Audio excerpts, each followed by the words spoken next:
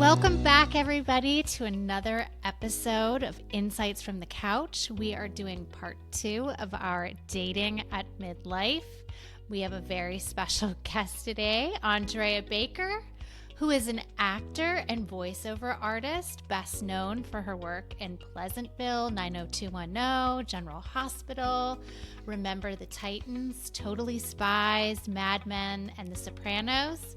She is currently co-producing her first podcast called Tales to Tell.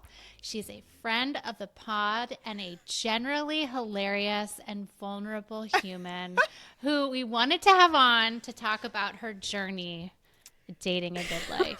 I can't wait. Welcome. The journey with a capital J. I was telling Laura right before you hopped on, I was 11 years between my marriages. Yeah. So I did a lot of dating. And right before I met my husband, ironically, I got to this place where I remember saying, I'm really happy on my own. Yeah. Finally, it's legit. I would love to have connection and love in my life. And if that ever comes my way, I will embrace it. But I can also see a life where I have my connection through my friendships and my family relationships. So it sounds like you've gotten to that same place. And it's a beautiful place to be. It's got to be organic. I totally have tried to fake it because I've heard this story before. Like, as soon as you're not looking, that's when it happens. I mean, the longer I'm single, I'm like, the landscaper's starting to look kind of cute. Like, I remember it happening to me in my 20s.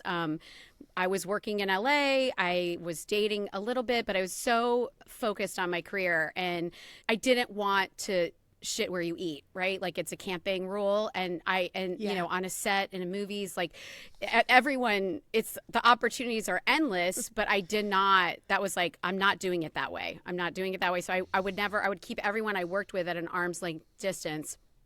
And then, that's when I met my now ex, which, you know, hindsight. So I do think there's something to it. Yeah, there is. And it's not like, because I was in the place too of, oh, I'm not really looking because that's when I'll meet someone. 100%. And then you're looking, right? You can't like fake looking, it. and it really is that sense of being okay. And also, I think we have to say it's not a place of isolation. It's a place of connection. Like, your life feels full, but you're not desperate for a partner. And it sounds to me like even as the landscaper might look cute because you're only around who you're around, or like, oh, that would be a fun snack or whatever. But it's also going to take somebody really great maybe to be worth it. And that's the hardest part of dating that I hear from friends and clients, and I went through myself, is that, you know, if someone great came along, we're wired for connection. Yes. We want to be with other people. But it's really hard to find someone good. So can you talk a little bit about, first of all, how long you've been divorced and maybe what dating was like for you when you first got back out there? Because I know a lot of our listeners are going through it's that. awful. It's tough. I wouldn't even wish it on literally my ex, who, you know, is now married to the person he got together with when we were still married, right? So that's a really tough transition to be, you know, have a step parent who really crossed the line with me on so many levels, and he did that thing that men often do, which is made me feel like it was 100% my fault. And of course, he's my person. We were together for 17 years. He's telling me I'm this horrible creature, and I believe him. So then I went through, I did like a psychoanalysis. I did like an intense neurological study because I was like, I think I'm okay. I must be so delusional, you know? And so then it came back with like, actually, you're pretty smart. You do have a little anxiety. You have some ADD, but you're fine. And I was like, oh, okay. And then, you know, then the truth starts coming out as the time goes by, and you realize what really happened and how that was so much more painful than it had to be. Like, we could have had a conversation. You could have treated me with respect, and you both could have not trampled all over me to get what you wanted.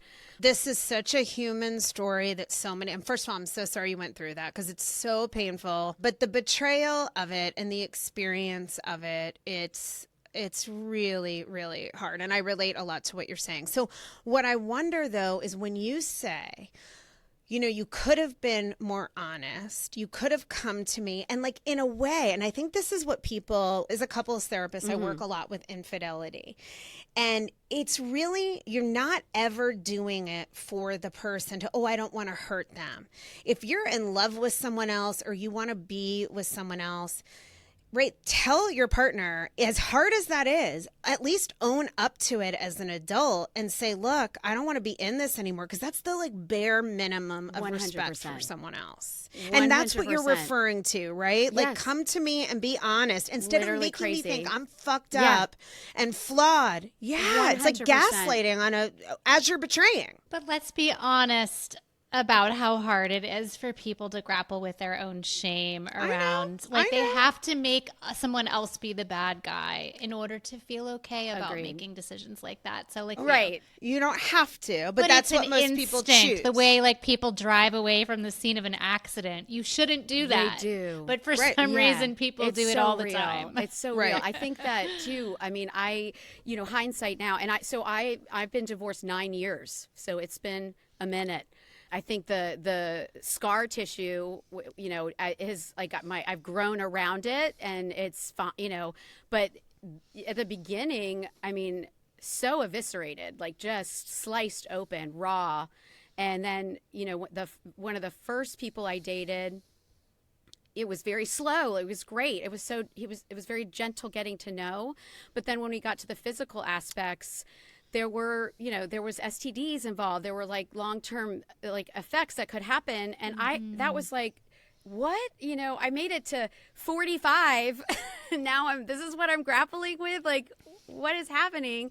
And of course, that wasn't great for him, for that to be my reaction, I'm sure. But I was so naive at the time, not recognizing like 1 in 5 men and 1 in 6 women or whatever this is. And it's, it's very common. I mean, I think if I was deeply in love with someone and knew that this was really going somewhere, I would be 100% fine with risking that. Yeah, because like every other person has an STD. But to be like, if not every person. dating and not sure where it's going, and then risking that, like, I'm going to have this souvenir for the rest of my life because I tried this thing, like, not for me. That's not for me.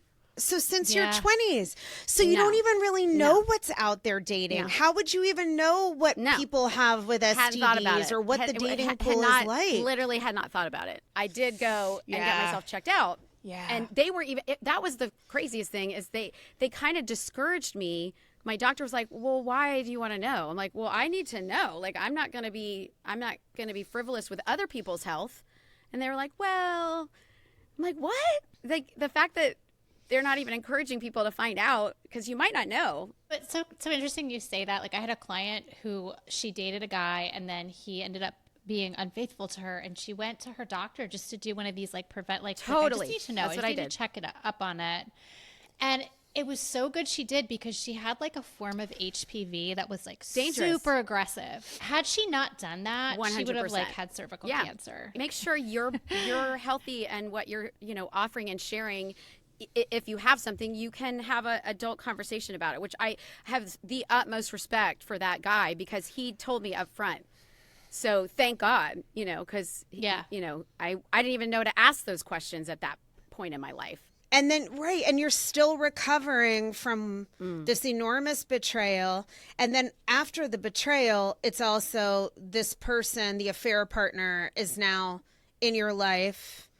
So, and was immediately in your life. Immediately. Oh my gosh. Okay, so just because we're on this, do you have any words of wisdom for recovering from infidelity? I got really, really good at tennis, because I think it's so good to hit something as hard as you can, and that's appropriate. That's like, my joke is I play tennis so I don't run people over with my car, and I'm really good at it. Like releasing anger, I don't know. That's how I manage that kind of feeling, because I don't want it to come out in my nasty words, or hold it in and get some illness or get some lump in my wherever, because that's my belief. Like, those are those things, you have to expel them. I have since gone through all the phases, the grief, stages of grief and all that. You have to go through them. You can't deny them, and you do. I also give myself huge grace when the energy fails me to stay strong, and I go and I lay in my bed and, eat ice cream or whatever. I do not beat myself up for that. Not once have I, I'm just like, yep, this is my body telling me it's what it needs right now, and I respect it and I trust it. And I'm very good and aware of speaking well to myself. Like, I believe my cells hear me.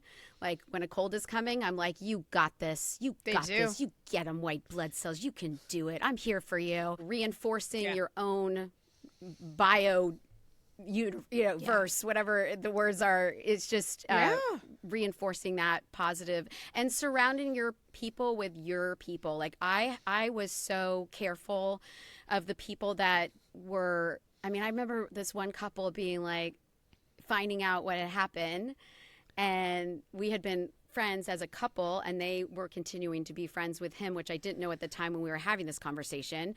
But the way that she was like, yeah, it happens, like, oh well, just excising anyone, like remove, don't keep looking at the pictures, like block and delete.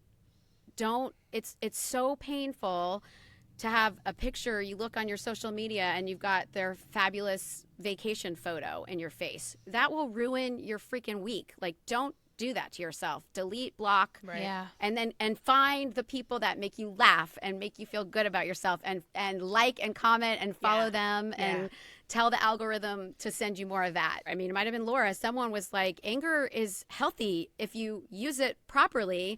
You know, I never lived out any of my revenge fantasies. Like, I never did any of the things, but the thoughts were like, it's okay to have those thoughts. It's okay to imagine a fiery car crash. It's okay. I didn't make it happen, but it was okay to imagine that like would happen, and I'm not a bad person for that. So giving yourself a ton of grace. It's hard. There's no quick fix. There's no pill. There's no drink. It's a long road. It really is. And there's no way to short circuit it. So then as you go into dating, is this also part of it? I know it was for me, having been cheated on in the past as well for many, many, many years, in some of the most painful ways possible, that it's just human. It's going to shake your trust. Well, like then the next person that I really thought, oh, wow, like this is why I got divorced. I'm going to be with this guy. Like, I'm so excited. And I was so clingy. Like, I glommed onto him like a virus. We're talking about, I need to change the metaphor, but like, I was like, call me when you get in the plane, call me when you land, and I think it was fun for a minute, but then it was like, whoa, and like I look back now and I cringe at how I was then, so needy. Yeah. But I was so, I was not stable. I was like a weeble wobble, right? Like you wobble, but you don't fall down. Mm-hmm. Like I looked okay on the outside. People were like, you're highly functioning. You seem great.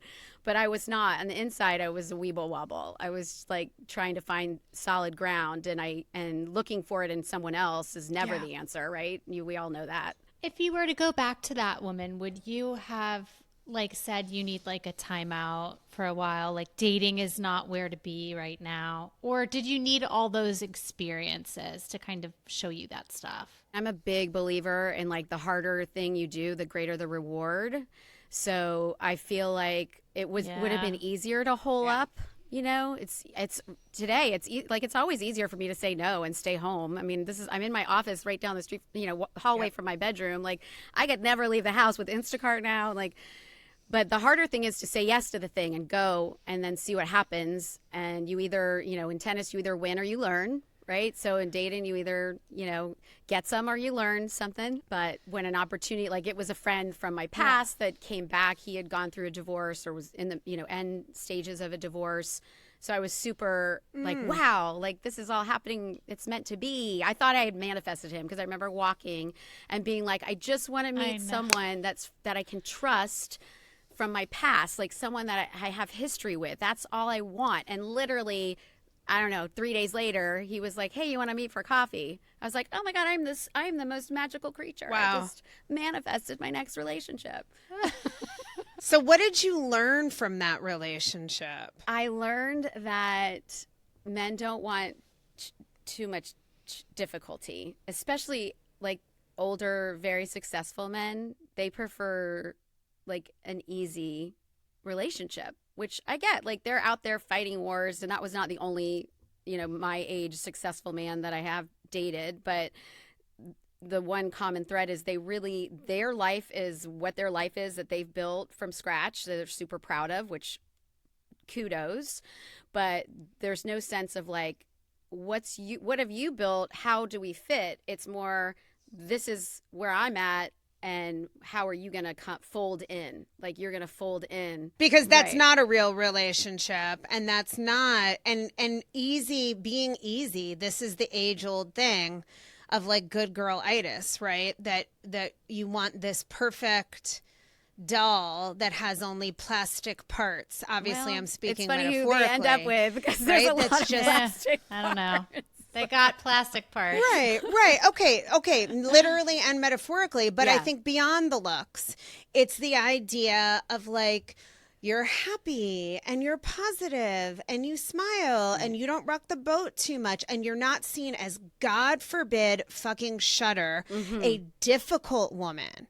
And really what a difficult woman means is somebody who is assertive about her own needs and willing to speak the truth about her feelings and is not just going to swallow it when something this fabulous man, successful man with his organized life does to upset you. I mean, it really sparks an ember of outrage in me, because this is the conundrum for women, is that we can mistakenly think that to be loved by the partner we want, we need to fit into their world and into their box. I think it came as like a bit of a shock, but then also sort of common. It was so common. It was so normalized that also made me go, well, that was probably the first time I opted out. I was like, I think I'll just be alone then. Like, if that's how it's going to be. And then the younger men were so easy. I mean, they're so easy. You know, I mean, that's so funny. But tell us about the younger men. Like, I'm fascinated by this. Like, what was that like? I was like, I'm definitely not interested in any sort of who I'm going to bring home to my family kind of person. I'm like exploring all the things I never tried, you know, race, religion, creed, like age, like it. I was open to see what might happen. I mean, I'm very selective. So it's not like I was like every week was a different person. I was with someone for months. I mean, one was like a year and a half, this young guy who, you know, if I had been the man, I would have been dragging him to all the parties to show off, because he was gorgeous, like model type. Significant age difference. Yeah. But a full adult. He was a full adult, but not, you know, and he had a job. He traveled. He was I don't know. I'm not going to say more about it because he's a professional person. But yeah, we had a great time. It was just fun. You know, there weren't lots of deep. We would talk about things that were deep, but it was just fun. But it's become such a thing now, and it is nice that women, you know, that the culture is shifting. When you see all these movies now, there's all these Netflix shows. There's a new one right now about a 60-year-old woman being with a younger man. Yes, there was good. the Nicole Kidman one, right, where it's the daughter's love interest, but then she's the one who nails him. Moore and Ashton Kutcher. And at that time, that was considered cray-cray. Of course, that ended horribly and whatever, because I do think it has its place, and like men do it all the time. It's so common for the new divorced guy to be at the party with the young thing. And the guys are like high-fiving. But for some reason, it seems more biologically. They're like, this is so cool, way to go. Where if I did it, no one would have high-fived me. Women very often are so like, you got to tell me everything about your ex relationships, every marriage you've been in, why you got out of them, who are you now, can I trust you? I mean, do you find that especially as you start to feel close to someone, that comes up a lot of like, can I really trust this human? You know, like the trauma response, the triggering, all those things are absolutely real. And I think, you know, way more intense in the early years than now. Like, it's all sort of more dulled now. But I mean, I definitely had to find my boundaries, which is like, I'm going to do a background check on you. That's it. Like, I'm not going to negotiate that with you, sir. I always say I have an onboarding process. So my onboarding process is the texts. Okay, like it's initially a text. Do you say it like that? Again, I'm still single, so don't do what I do. But what's your onboarding process? I love this idea. How many grammatical errors are we making? And do they know they're there? Your, Two, like, two, and those two. are big. If they say, thank you, or you're welcome, if you can't do you're welcome, we're probably not gonna. How be a much match. effort will you We're make in probably the not gonna be a relationship? match. I mean, so that's easy. Those are easy to just like swipe. What's the when you don't like them, left, like right, swipe left. If you like, we're done here. So then, but if all that goes well, then we're gonna have a phone interview. And like I remember calling one guy with it was a specific time. We're gonna have a call, and I called, and you could tell he was like laying down, like napping. And he was just very like, yeah. And I think within 30 seconds or 15 seconds, I was like, you know what, this isn't gonna work out. Bye-bye. And I just like hung up, because why am I gonna waste 5 more minutes to be polite to someone who clearly is not that into what's happening here, which is fine. Like maybe he had worked all night, and like maybe I really missed my chance on that one. But these apps and these strangers, like there's no value till there's value, right? And you have to be protecting yourself until you feel safe enough to open up, to be vulnerable. And it's not it's self-preservation first, because no one else is coming. I mean, when I had a chicken coop and the snake was in the chicken coop, and I was like, oh my God, no one's coming. I have to deal with the snake in the chicken coop. Like, no one's coming. There's no one to scream help to. And so I'm going to look out for me all the way until someone is proven over again entity that is safe, secure, and understanding of you're scared to be embarrassed. I'm scared to die. That's it. Like, you have to adjust yourself. I'm not adjusting my fear of death, because I will die, because then I'll be dead. No. And that's just a certain level of safety and practicality that is the reality for women. We really have to look out for ourselves. And then there's also the second layer you're pointing to, which is, identifying certain little tiny behaviors that tell you, this is early, right? And it reminds me, as I listen to you, I got to this place because I was like an Uber dater for a while. Like, I approach things usually with a gusto. So if I'm doing it, I'm all in. And I almost became like a professional dater for a while. One day I went on 4 dates in one day. I'm exhausted. That was just my max thinking about ever. it. Oh my gosh. Right. It was literally like, if you know how to do the grammar, you can have a reasonable conversation. And you're not scared to tell me your last name, or maybe, you don't have to show me your driver's license, but I'd like your full name, and like, are you a resident in this state, and maybe how old you are, because then I can definitely get any criminal records. But like, if they're willing to do all that, then I want to meet you before we start talking. And if they're like, oh, I can't meet for 2 weeks, I'm like, that's fine, let me know, and we'll set up a time in 2 weeks, but don't text me and talk to me between that, because I'm not interested. Don't use all my time. Yes. They wanted to do that whole game without meeting, and I that was a boundary. Like, so I have, that was a bound. No, I'm not doing that. Exactly. And you know what? A lot of people like that because they want to feel psychologically like there are people out there and they have irons in the fire, but they don't actually want to divest of themselves and put any energy in a real authentic way into you. And so it's a total waste of time. Save it till it means something to me. I would be so bad at all of this. I mean, you guys know me. Like, I've been married for 24 years, and like, every guy I ever dated, even my husband falls into this category, like, was a really good friend first. Like, you have to be my friend. I have no interest in being sexually sized up by some middle-aged dude who I can't handle that. My nervous system can't handle that. And I know it is successful. I mean, like, Colette, how did you meet your husband? Did you meet him on one of those 15-minute dates? No, I met him organically in a restaurant, but I met him because, and I'm not going to tell the whole long, boring story because I've already probably told it on the podcast, but what I love about you either lose or you either win or you learn. Yeah. I had the most heartbreaking relationship of my life was the guy I dated after my divorce. It Same. absolutely did. It was the most intense connection I ever had.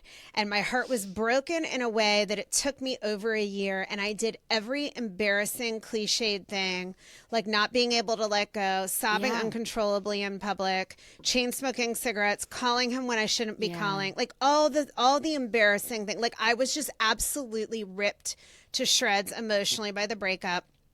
And I remember at points thinking, there is nothing good that will come of this. This is just too much pain to ever have a justifiable reason.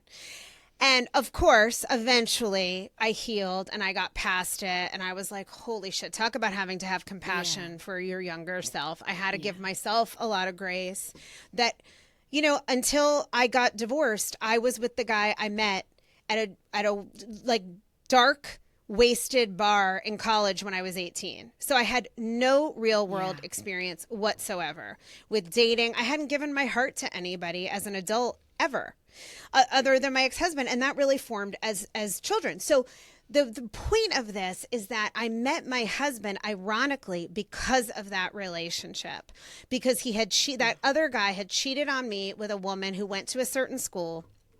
And I walked by my husband and his friends at a table watching a game of that school. And I said something out loud disparaging about the school, that my husband went to the same school. And so when I came, and I was a little tipsy, and, you know, I say way more than I should. And so when I came back out, my husband had heard my voice and he was like, God, that's some other bitchy New Yorker, you know, bashing my rural school. And I came out and he like pointed at the little logo on his shirt and gave me a nasty look. And I went over to my friends and said, wow, that is a group of grumpy old men who seriously need to get laid. And I thought, because he's 10 years older than I was. And we ended up, the night went on, we ended up talking because we were the only people in the restaurant. And I explained to him that my reaction was a result of being cheated on. And so the irony, you know, so many years later, this was 5 years after that relationship ended.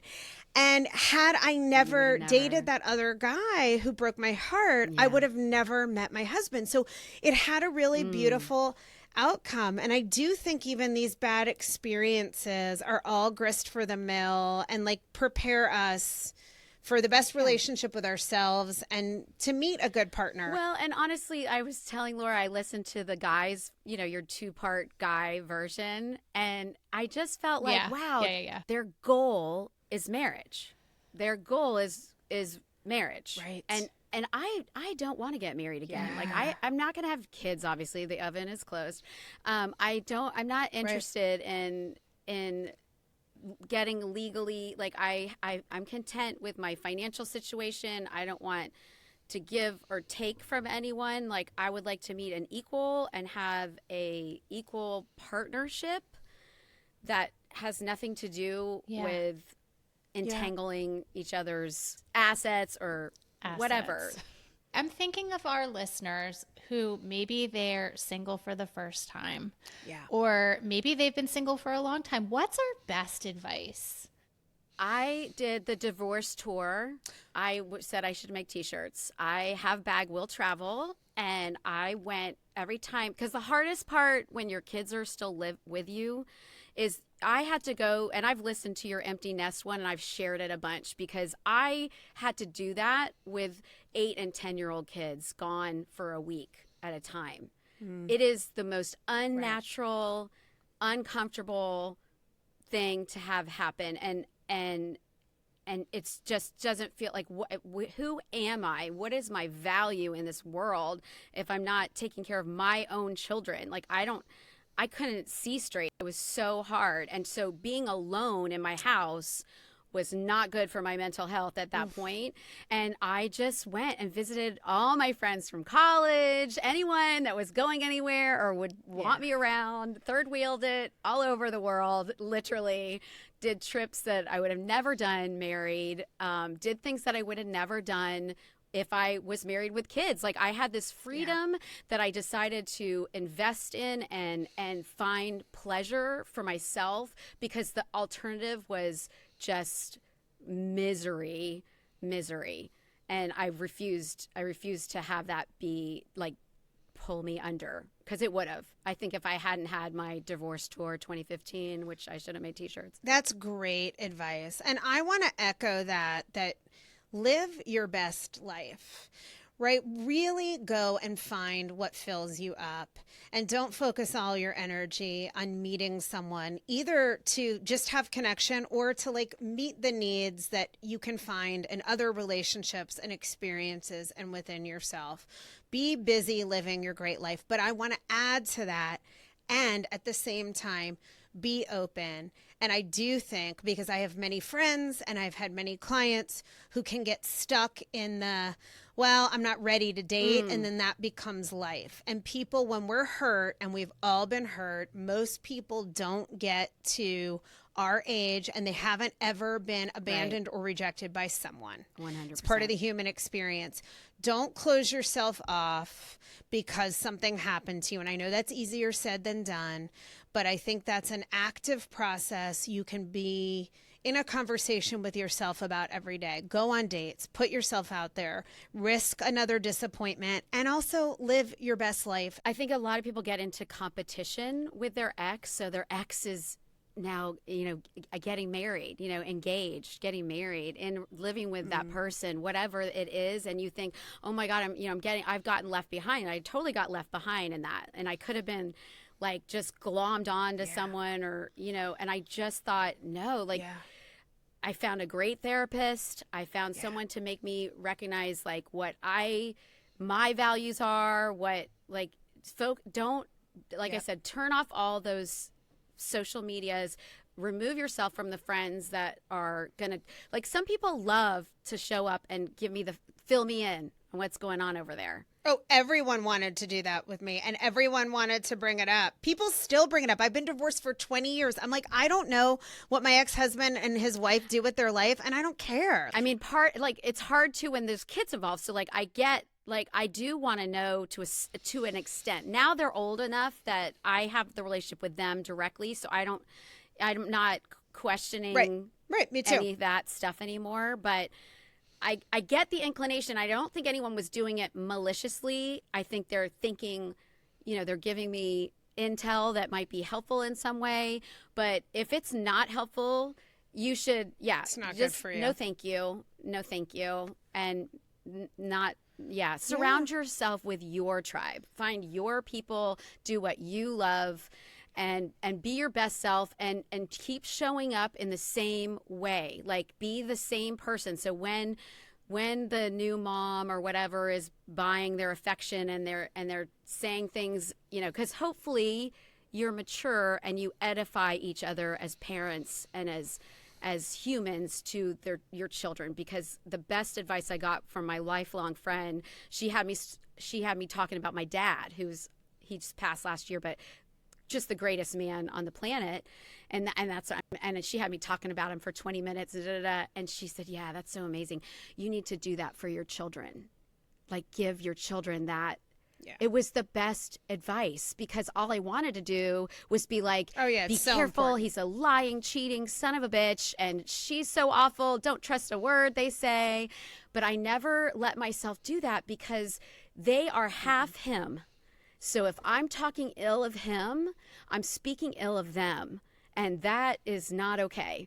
Right. It only damages the children. Give your kids the opportunity to love their parent and have like great experiences with their parent and be happy for them for doing it. Like, I would say, like, you're so lucky you have, 3 people now that love you. And I don't even like to shop. You're so lucky she loves to shop and wants to, she, is giving you gifts. You love that. That's how great. Meanwhile, I'm in the other room going, you motherfucking bitch, like, stop buying my kids shit. But I didn't ever do that. I just did it in the shower and hit the tennis ball super fucking hard. And I made a choice to really just detach from the whole thing, that my happiness wasn't tied to them. I had divorced parents, and I knew the importance, even before I became a therapist, of speaking highly of your parent. And I knew how it felt when I heard my parents say things about each other at times of emotion. And I was determined to rise above all of that and to just realize that, their life is their life and my life is my life.